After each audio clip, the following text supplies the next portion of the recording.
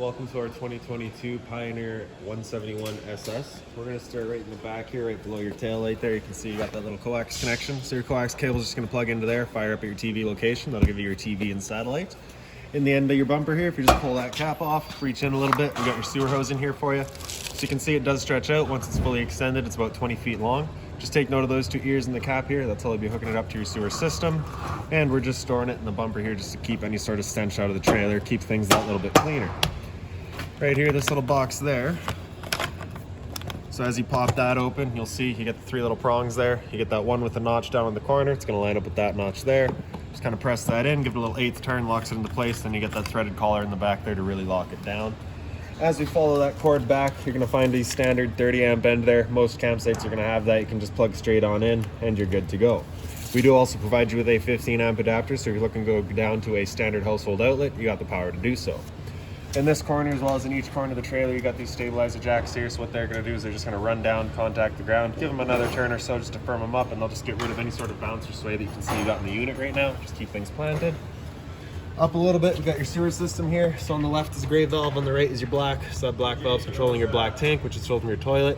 Your gray valve is gonna be, excuse me, your gray valve is controlling your gray tank, which is filled from your sinks as well as your shower. So typically gonna be cleaner water than your black. So when it comes to dumping your tanks, you're gonna wanna dump that black first. Once that black's done, we'll come to the front and do that gray last. And for the sewer cap there, you just kind of press it in, pops out of there, and you can see it's got the exact same ears that your sewer hose had, right? Just popping it on, clicking it in, and there you have it.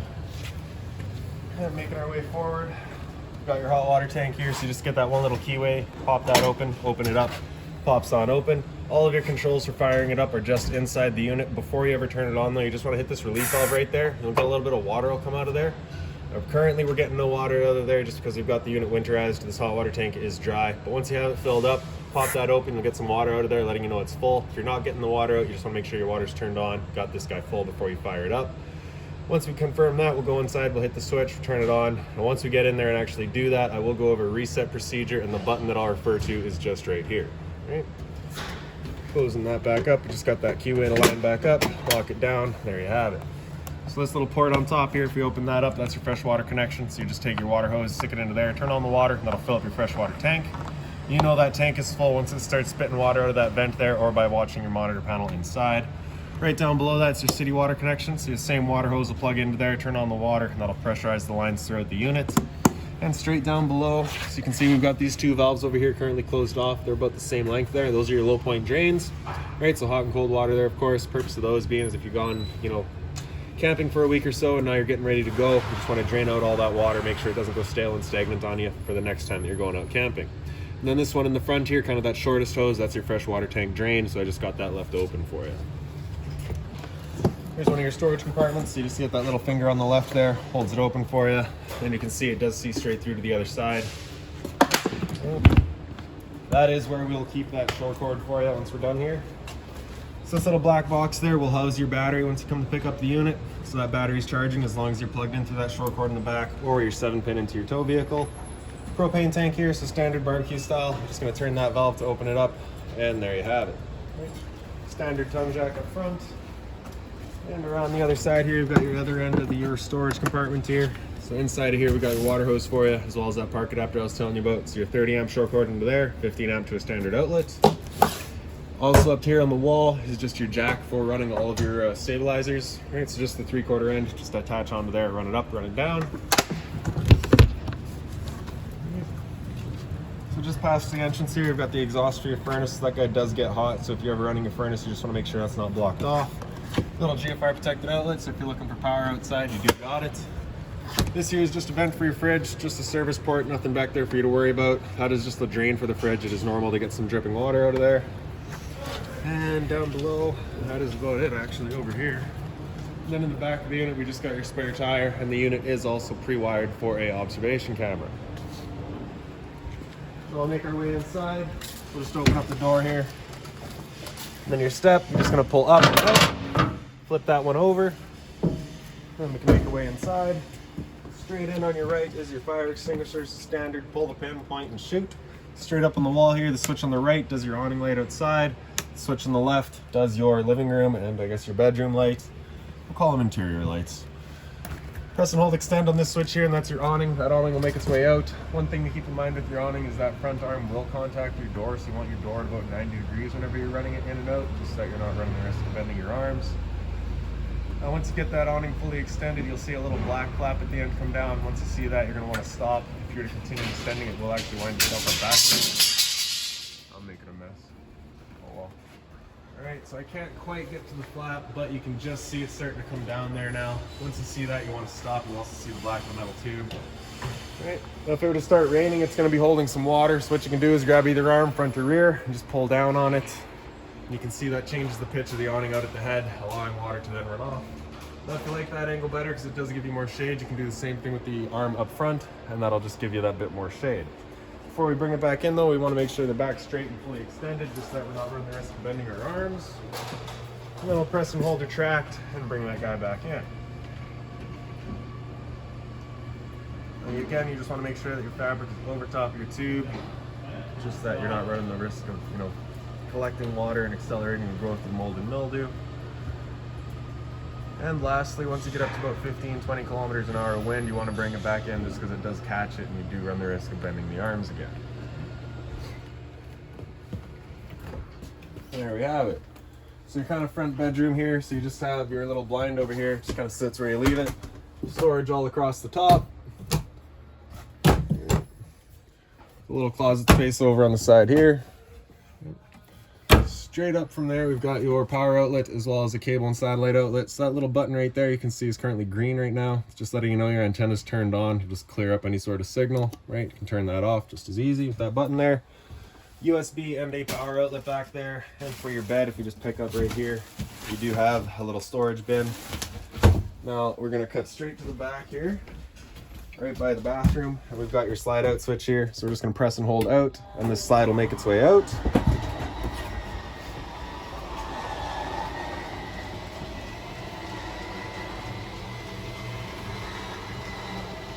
Once that slide's fully extended, it will kind of just automatically stop. You'll hear a little bit of a whine from each motor, just letting you know they've squared themselves up and you're good.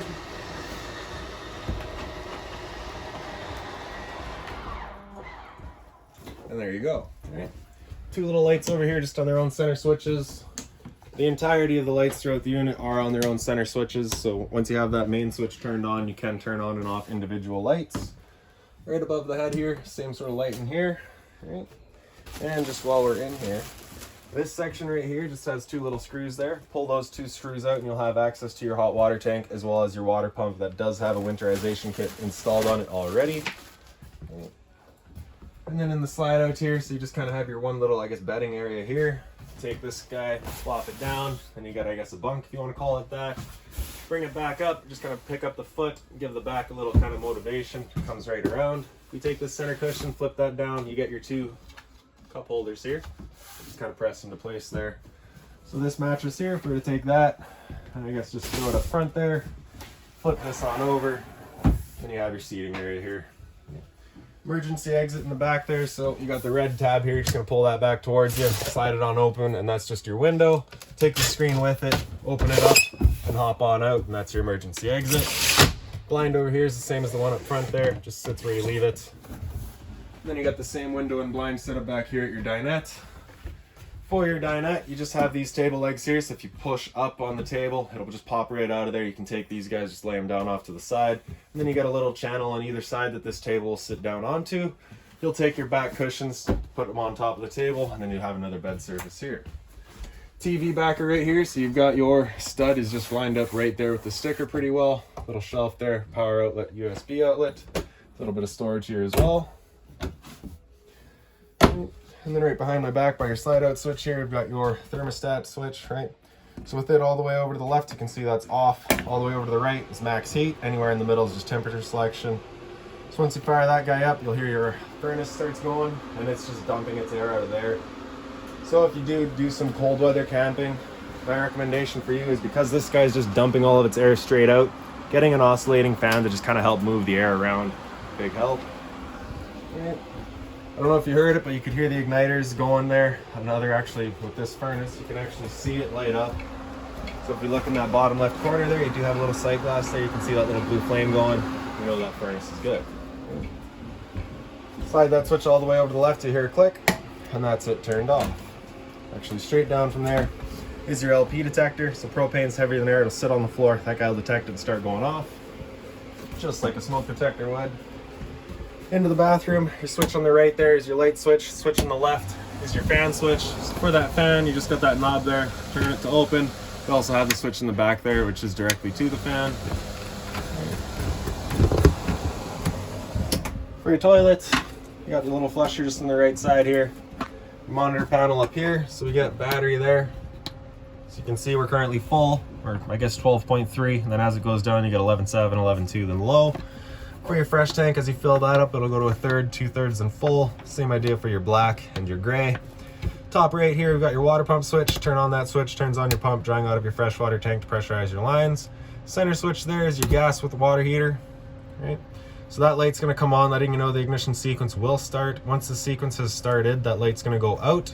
It'll try that 3 times, and if after the 3rd try that hot water tank hasn't lit up, that light's gonna come on and it's gonna stay on. At that point, we'll be using that reset button that we'd shown you. Right, so right here you can actually hear the whir of that flame. We know it's good. All right, down below that is your electric water heater. Turn that switch on, just turns it on with electricity. We're not going to do that right now just because that tank is empty. Right? Below that's your GFI protected outlet. We got the test on the left, reset in the center there. So if you ever have an outlet that doesn't work, it's the first thing you should check. Hot and cold water at your sink, of course. A little bit of storage off to the side of it. And then right behind me here, you've got your shower. So I guess a bath really. But you got your little seat down there, hot and cold water, of course, the standard head. And then your little curtain there. And for your fridge, we got the freezer up top, power button on the left there. Turn that switch on so that it's flush. That's it turned on. With this button on the right here out, that is running it on gas. So it'll just be firing up on gas. If you ever get that check light there, it's just letting you know it hasn't fired up. Just off and back on to reset it. If it still doesn't fire, make sure you got propane. This button here on the right sitting flush, that'll run on auto, which is first gonna look for AC power. If AC power is taken away, it'll automatically flip over to gas for you. All right, turn that off. And then we get your fridge here. Temp selection is just in the back, so as that sticker says, up is colder, down is warmer. Down below that, we've got your power converter. So you press it top and center, pops on open. Down the middle here, you've got all of your breakers. Whenever a breaker breaks, it's gonna sit in the middle, so just turn it off and then back on to reset it. And then on the right side, you've got all your fuses. If a fuse ever pops, you'll get a little red LED right beside it, letting you know exactly which one went. A little bit of storage above your sink here. So that plug-in right there is, of course, for the microwave. Microwave itself, just like home, pretty straightforward. Not much I can teach you there. Down below that is your stove. So we're just gonna turn that over to high, hit it with a lighter, and she fires right up. There you have it. So whenever you're running that stove, it is of course putting off propane fumes. So straight up above there, we've got your roof vent here. We're just gonna turn that to open it up, and then the switch on the side there turns on the fan. You just wanna make sure that's on whenever you're using that stove, just so that we're not, smoking ourselves out.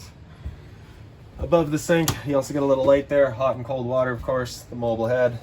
Down below that is a little bit of storage, just being mindful of our drains, our water lines, and there is a propane line there as well.